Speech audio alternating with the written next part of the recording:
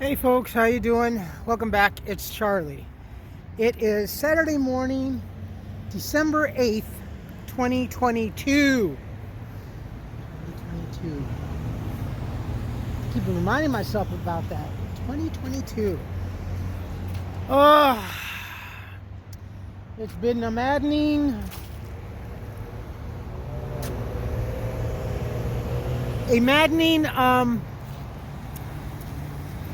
couple of months, and even more so the last 2 weeks, and just I am currently here on the border of Los Feliz, going that way, Glendale going back that way, and Griffith Park going up that way to the LA Zoo behind me, and that way just slightly going up to the Griffith Park Observatory. I am here at the crossroads of Riverside and Los Feliz. Actually, I was gonna do something, but I completely forgot that it's Saturday and the buses are taking too long, and I just don't have the mindset. I apologize. This is a really cute park. There's some sort of dog thingy going on over here. They got I never noticed, and all the times that I've driven by here and been driven by, and I never noticed this park is really cute. They have kind of like a little tandem kind of line over here. But anyway, as you saw earlier, the Travel Town, I think that's the Travel Town or the LA Zoo little train railroad was coming by, and the LA River is just over here. I actually wanted to come down to the LA River the day before and the day after we had all the rains and everything, to see kind of the before and after effect of the LA River, because I've told you folks what a torrent it is afterwards and how dangerous. And where we were walking through the last time, yeah, it was completely impassable. So I'm gonna probably take a quick peek over there. I had to get out of the house because yesterday LeVar, her living son, brought in, I don't know how many, but it was very noisy, and working through half the night. There are so many. There's so much stolen merchandise right now, currently, and I'd say maybe 8 or 9 plus 10 stolen bicycles that he was up all night trying to put together and disassemble and reassemble. And there was one out in the back. It's just, I tell you, it's a fencing ring. There's so much stolen merchandise there, but it's fine. That's the new way. That's just the new way. All right, I'm gonna cross the street and check out Mulholland Fountain. This is the William Mulholland Memorial. Mulholland is actually known more in popularity locally for Mulholland Drive, which is, if you are a young male teenager, you are definitely familiar with Mulholland Drive and the fact that it is a racing street. This is the pioneer of our water and sewer system. This is basically what the typical original size was. Ooh, very echoey here and shallow. Of our early water system.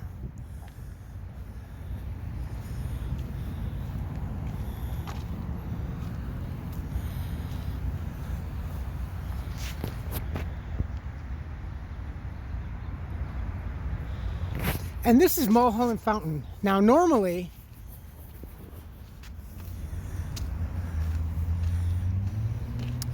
there's something behind that. Here's the representation of the water system.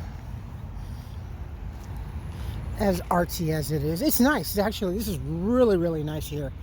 I don't think I've been here ever since I was a little kid. It's changed. They completely remodeled.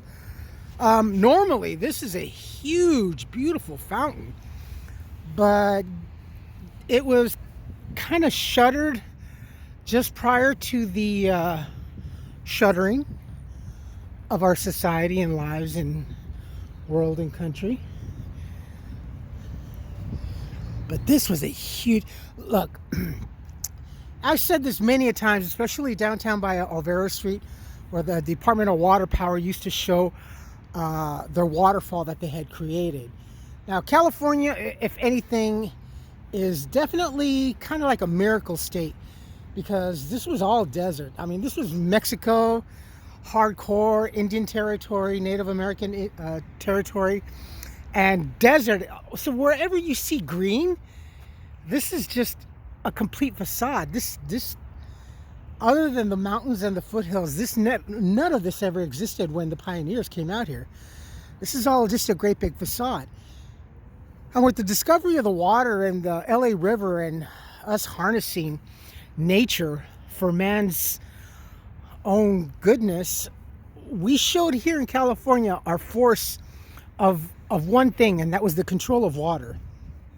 So I will go back to the LA Department of Water Power and do a video of the waterfall, but more so, we always show our force in water, you know. And this was a huge, beautiful fountain.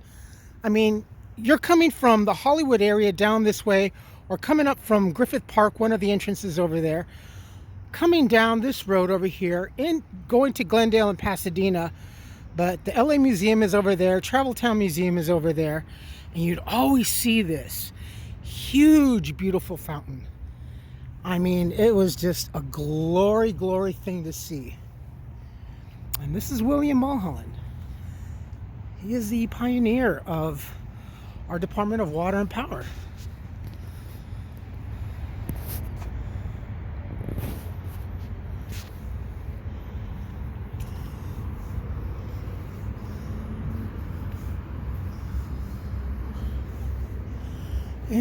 And I personally find it very sad to see this. It's not a permanent thing. It needs some refurbishment. A lot of the concrete here is very cracked. The thing is, it's not by any means. It's not a permanent thing of this drought, though the politicians and anybody that would like to tell you otherwise, you know, greenhouse effect, cows cause this, livestock causes methane, switch to alternative foods so humans don't create. This planet has been here longer than we ever existed. and will continue to exist long after we are gone. And then we'll be destroyed in a supernova from our father's sun. But all of this is temporary. We went through all this crap back in the 70s where there was a water drought, and it was a double indemnity. We had a water drought. Oh, we're never going to see water again, blah, blah, California. And we had water restrictions.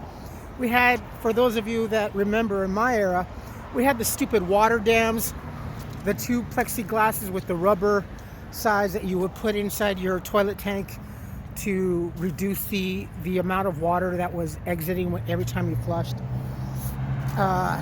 We had water restrictions, we had water times, and we also put, just prior to that, we also had the gas crunch. So we went from the gas crunch, oh, there's no more oil, OPEC this, OPEC that. We've been reliant too much on foreign oil, and it wasn't until after the gas crunch and our exodus away from OPEC that we became independent. We started producing our own fuel, our own fossil fuels. Now we're dependent back again on OPEC and Arabian countries and everything. So negate history and we are doomed to repeat it again. But this is all temporary, you know, and it just struck me really funny and sad and pathetic at the same time when we were going through Beverly Hills and I was looking at all these, what used to be former beautiful lush lawns, green as could be. I mean, to live in Beverly Hills or Bel Air and to afford a nice green lush lawn, you know, that showed kind of like your wealth, you know, that showed that you could afford water. And for this state, Colorado and Arizona, water is actually the real gold. You know, it's the real liquid gold here. It's what gives us life. It's sustained life. It creates life here, you know, and it gives us, for especially here in California, what we love more than anything is vegetation. We love trees, we love green lawns, and for those few of us, we love to garden, you know, we love floral and fauna and everything. But yeah, it's really sad to see this. It really is. I'm almost certain within stake in my life that this will come back, definitely. The waterfall in Los Angeles, though, that is a different story. That has been shuttered for, I want to say before my ex and I came back from California. That thing has been, I think the water stopped flowing maybe 25, 30 years ago. Now it has a lot of vegetation and overgrowth and those ivy vines that you see dotted around the freeway systems and some of the buildings and stuff like that. But yeah, you know, and I remember every time, you know, we'd go to Los Angeles and we'd pass by the Department of Water and Power, my dad would say, look at that. You see that water flowing, and that makes you proud. I never really understood that until after my mom left my father and years later, and I asked, what did Dad mean by that? You know, and she told me, you know, basically what I'm saying right now is just, you know, that was our strength in this state was the abundance and the control of water. Because if California is anything, it's all about water. I mean, it's all about greenery. And our seasons, you know, our Mediterranean tropical seasons here, which is why everybody, especially the homeless, has an influx mildly throughout the course of history, you know, come down here. Move to California year round. If you're going to be homeless and a little bit more comfortable, you know, forget the harsh cold weathers and everything. Live in California. Ooh. Stinky. But it's what we were all about. Anyway, friends, I shall check back in. Alright, we're now Glendale, on Colorado and Brand, back at the Americana. The Eggslut is open. You know, I've yet to go there still. I'd like to go there. First of all, because I love the name. So clever in marketing. And overall, the menu looks really good. There's also, I did not know this. Although I guess it had been touted in some advertising and one of the commercials that Shaq does for Carnival cruises. There's Philz Coffee. Yay, Philz Coffee. But that restaurant right there, Big Chicken, that is Shaquille O'Neal's restaurant. And then Philz Coffee. When I was working at, let's head this way. When I was working at Sugarfish in Pasadena, there was a Philz Coffee right there at the little place, little shopping strip mall, wherever that I was, where Sugarfish was located, where I was working, and I used to go there. It was expensive. The Starbucks was like 3 blocks away from me, and I didn't have time. And I got kind of addicted to the Philz Coffee. Those kind of bar scenes, coffee bar scenes they're cool and all. It's gourmet. It's like, excuse me. It's like going into a bar and ordering a cocktail or a mixed drink or whatever. They do the same thing. There's, you know, your coffee's not as quick as Starbucks or Coffee Bean, and wherever you go and get your coffee, it's more of a stylized barista, a barista type of establishment. I think an average, not even a 24-ounce cup, it's like $5. Now, I could afford it back then a little bit more because, hell, I was making like $1,100 a month, yet I was homeless. But the gross of my income was going to the motels, you know, and that's where I was spending my entire paychecks, you know. But yeah, I didn't know that about Shaq over there. But it looks like a good place, and I've already checked out the menu, so hopefully one day, Monday, I'm hoping things are going to change. Yesterday, Friday, I did a video yesterday, but somehow in my days, with her crap and everything, I ended up I was starting to upload it yesterday. For those of you that were probably watching, that get a signal. And I just got tired because it was taking too long, and it would have taken another 2 hours to upload a simple 20-minute video. So I ended up deleting the upload, and I somehow deleted it altogether. But anyway, yesterday I met with my housing coordinator, not housing counselor like Carla keeps saying. Stupid heifer doesn't know the difference between a counselor and a coordinator. And I was telling him everything, and I even showed him all the texts that I've exchanged with the landlord. You know, all of this is just, like I said, this is my proof. The video uploads with her crap and everything, and keeping the text messages, and I made it very apparent, very, very, very much important. I pressed it to my housemate. I go, you know, just save those texts between you and the landlord, because that's your proof. Because as it is now, as it stands, where we're not getting any results and we're not getting any help from the landlord, you know, now it's our word against hers and Carla, because she's defending Carla and Carla's actions. So I go, you and I are just completely negated in this whole situation. So I know, just hold on to those texts.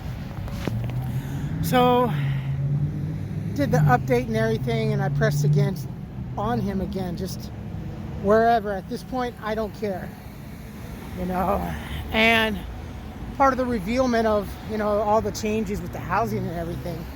So things have changed, whereas I would have normally qualified on a regular Section 8. I think my amount for my rent would have been covered, would have been something in the neighborhood of 12 on a high end of $1,400. Now with the things changing everything, my value has significantly decreased, and this has made me very angry and very depressed. So I would have to go, I can't go past the limit, which is about $1,000. So that means I have to go into shared housing, much like what I'm doing right now. But hopefully, and with his help, because he really cares, and I haven't had a coordinator since Jonathan, since Michelle. Holy cow, you know. The last 2 or 3 interns during the shutdown just didn't give a crap. First and foremost, yes, they were black, and all they cared more about her. Oh, don't worry about it. You know, maybe you should be more considerate about her. More considerate about her. I can't tell you how fucking pissed off I was when I heard that from them. And I'm like, yeah, I see the whole agenda now. And it is a fucking agenda. So, shared housing or SRO, which is single room occupancy. I guess that would be better, but then the SRO means shared kitchen, shared bathroom. Like the old 1920s bachelor hotels and motels and apartments, you know, where you have a community kitchen to share and a gym stylized bathroom to shower and bathe in, whatever. Look, the quality of my life out here has just significantly been reduced to just a pile of shit. I have no value of life here. I have no value. Yeah, I have to pick up some coffee. I have no value or meaning. I am not worth anything.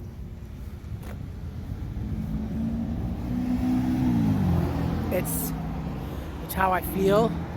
It's how I'm being made to feel. You know, it's 2022. It's the first month of 2022. She moved in November, just about late November of 2019, and even her, you know, she's getting her shit all messed up. Oh, you know, and her spoutings and her lunatic drunkenness and spouting. Oh, I've only been here a year and I can't get no help. Or it's like, well, you know, these folks that are there to represent us and help us and guide us. That's merely what they're supposed to be doing, guiding and helping us. You know, they give us leads, they give us information, and it's pressed upon us to do our part and do everything. You know, these folks are housed. They have careers, they have jobs, they have homes, they have cars. They don't have to worry about being housed. So why are you making them do all this? You know, and I told him everything, and all the bicycles and all the property, and he's like, yeah, you know, I called and or texted the landlord, your landlord, and the week prior to Christmas on a Wednesday, they were supposed to have a meeting, but she never got back to him. You know, and he says, yeah, no, I see what's going on, and I told him, I go, you know, I know she's tweaking out. I know she's doing cocaine. Firstly, cocaine. You know, and I go, it's not meth, because I don't smell the burning meth. I know meth. I go, I used to, in my younger days of a stupid, foolish man, I used to sell drugs. I used to be a slinger. You know, in Inglewood. I'm not proud of it, but I'm not going to deny it. It is what I was. You know, we all go through things in life. You know, the thing is that God, you're so different, Charlie. You know, you've changed. No, I didn't change. I learned. It's as simple as that, you know. And I learned from that experience, you know, what to do, what not to do. And I said, you know, it's not crank or meth. because I don't smell that that chemically harsh bathtub smell. I go, it's more of a clean ethanol alkaline smell. He's like, yeah, you know, that's smoking rock. That's, you know, he says, back in the day, that was freebasing. I go, yeah, that was freebasing. You know, and her drinking and everything, and her, you know, and I showed him, I go, as of lately, my series is now living, you know, housed with a bigot, drunken, nasty bigot. And I showed him, and he's watched, and he just shakes his head. He just, all he can do is sympathize, and he says, yeah, you know, it's on the landlord. All this has been, you know, and throughout her whole line and everything to us, and we didn't know any better. My housemate and I didn't know any better. We didn't really know how this shit was going through and how it was changing, because it was flip-flopping back and forth. He alone, as I, went through about 2 or 3 different, you know, coordinators, just interns or temporary band-aids. But even my coordinator sees all this, and I go, this is such a mess. I go, all for what? For a person that just does not want to advance or do better in life? It's like, well, that's what America's touting now is, you know, make black people, the crime and everything, just put it up there on the pedestal and revere upon it. You know, it's basically what it is. But just, and I also wanted to come out here and just, you know, not only just get out of the house, but also make use of Metro right now, because come Monday, all this whole transportation and me not working right now, and I'm still trying to find what the fuck is going on with my health and everything. I cannot get a job and have something else go on and then lose another job again. I can't do that. I can't do that to the employer, and I can't do that to myself. You know, it's not fair to anybody. Yeah, but it's just an employer. Yeah, but I care as much as about the employer. That's a lot of money and time and investment and wasted on someone that's not going to be able to handle it. So as it is right now, I'm almost thinking, honestly, that I'm just going to have to go get an attorney and file for permanent disability or something. I don't know. I don't know how this is played.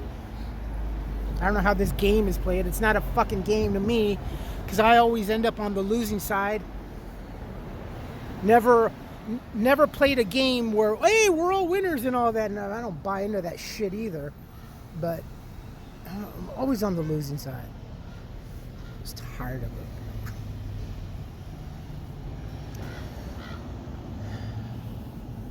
I have never in my life, not even homeless,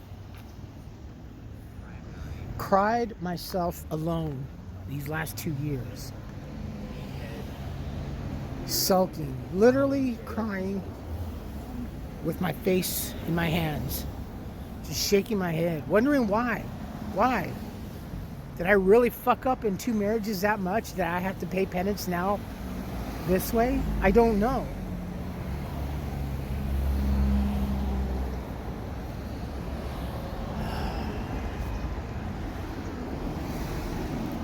I'm so depressed.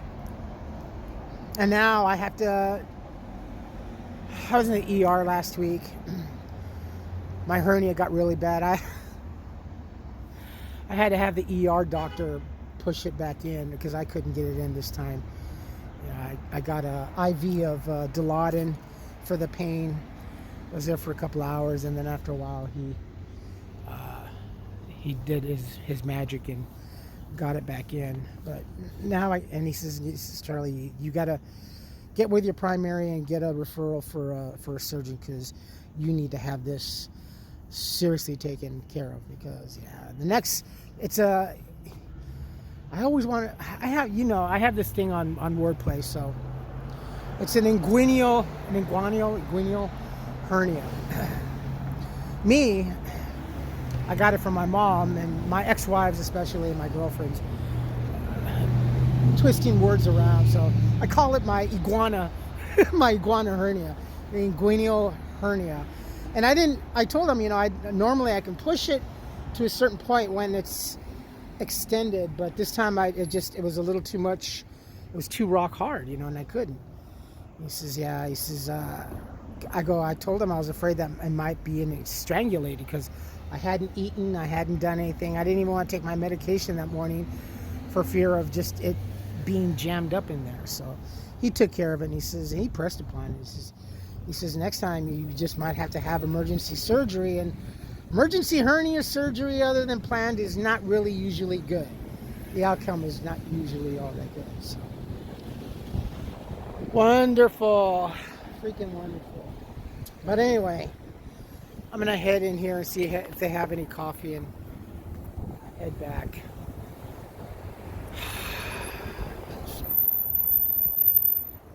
That's what it is, my friends, right now. All right, you folks take care of yourselves, take care of each other, but always take care of yourselves first. Love one another, trust one another, be kind to each other, help one another. Don't take today for granted or any other day thereafter. Live for the moment, pull down your pants and slide on that ice. If you like this video, hit the thumbs up. If you like what I'm doing, what I'm going through, hit the subscribe button, hit the bell notification button. Tell your friends and family about me, about us, and the crazy madhouse that I live in. And I guess I'm just paying penance to God for, I don't know. Until that bill is paid off, I guess I'm just going to have to keep living like this and just aimlessly keep questioning and wondering why. No answer, no results, just taking that horse pill both orally and rectally simultaneously. Fuck.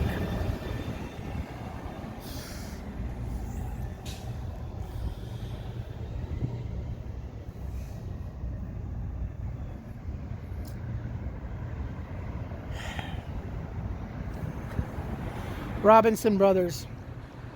One of the jewelers that my first wife and I came to look for wedding rings. I just now realize it. It's a beautiful showroom. Beautiful jewelry. I'm so fucked. All right, folks. Comments, good or bad, please post. If not, email. Just comment, chime. I love you all. Stay safe, be smart, and be kind.